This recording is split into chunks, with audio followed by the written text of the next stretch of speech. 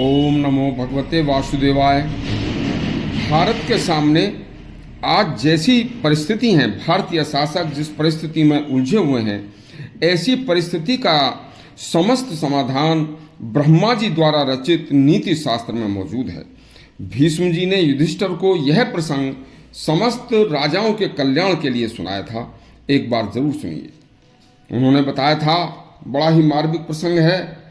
भीष्म बोले, हे युधिष्ठिर, जब सतयुग का शुरू हुआ था तो सतयुग के आरंभ में ना कोई राजा था ना कोई राज्य था।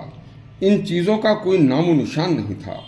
समस्त प्रजा जो दुनिया में थी वह इतनी सुंदर तरीके से रहती थी कि प्रजा ही एक दूसरे का, आपसी मनुष्य एक दूसरे का पूरा ख्याल रखते थे।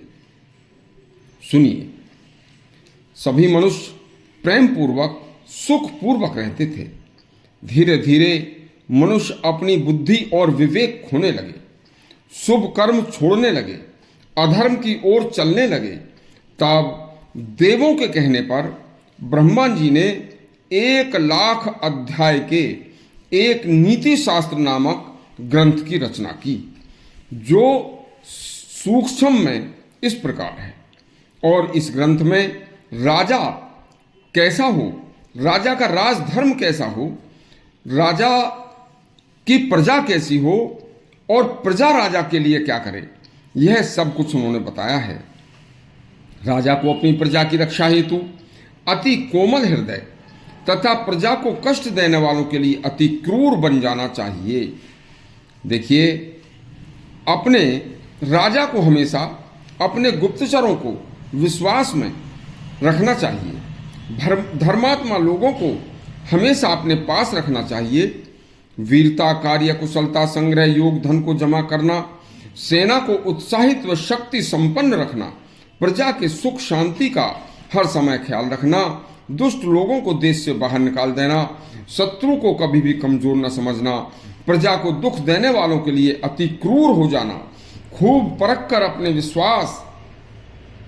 विशाल देश को अनेक प्रकार की अनेक जिम्मेवारी के पदों पर रखने के लिए ऐसे विश्वसनीय लोगों को उच्च पदों पर रखना कि जो उन लोगों को कभी भी अन्याय संबंधी, अधर्म संबंधी उन्हें कोई ज्ञान ही न हो, वह हमेशा धर्म ही सोचें।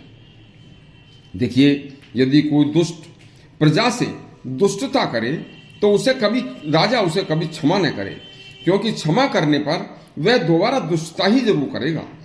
नीति शास्त्र कहता है, ऐसे दुष्ट के साथ क्रूरता का बर्ताव करके उसे कभी क्षमा करना नहीं चाहिए। नीति शास्त्र कहता है कि कभी भी थोड़ी सी भी अग्नि ही होती है, वह जलाने का ही काम करेगी। विष कितना भी कम क्यों ना हो, विष ही रहेगा, वह मारने का ही काम करेगा। जब प्रजा में जहां भी अति कामुकता, गम, एगम, वाच, एवाच, भक्ष, एभक्ष दोष दिखाई देने शुरू हो जाएं, तो उन्हें सख्ती से दबाने का और उन्हें नष्ट करने का प्रयास करना चाहिए।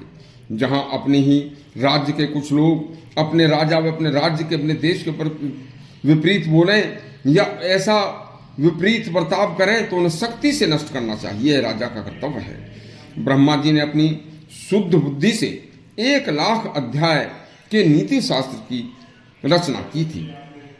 इसमें धर्म, अधर्म, काम का वर्णन त्रिवर्ग नाम से विख्यात हुआ।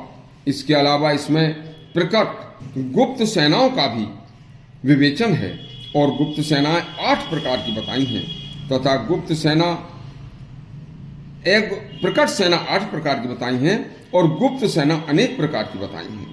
नौका, दूत, रथ, हाथी, घोड़े, पैदल मार्ग, भोजन, व्यूह रचना, शत्रु मित्र सभी शस्त्र संचालन की विधि तथा शत्रु सेना पर दृढ़ता से आक्रमण आदि बड़े ही सुंदर ढंग से समझाया गया है।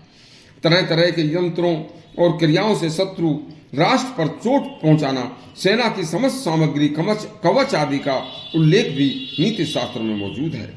देश, जाति, कुल के धर्म, अर्थ, काम, मोक्ष साधनों से आर्य धर्म का पतन न हो, इन सभी का वर्णन भी नीति शास्त्र में ब्रह्मा जी ने अति ही अत्यंत सुदृढ़ और सुंदर ढंग से किया है।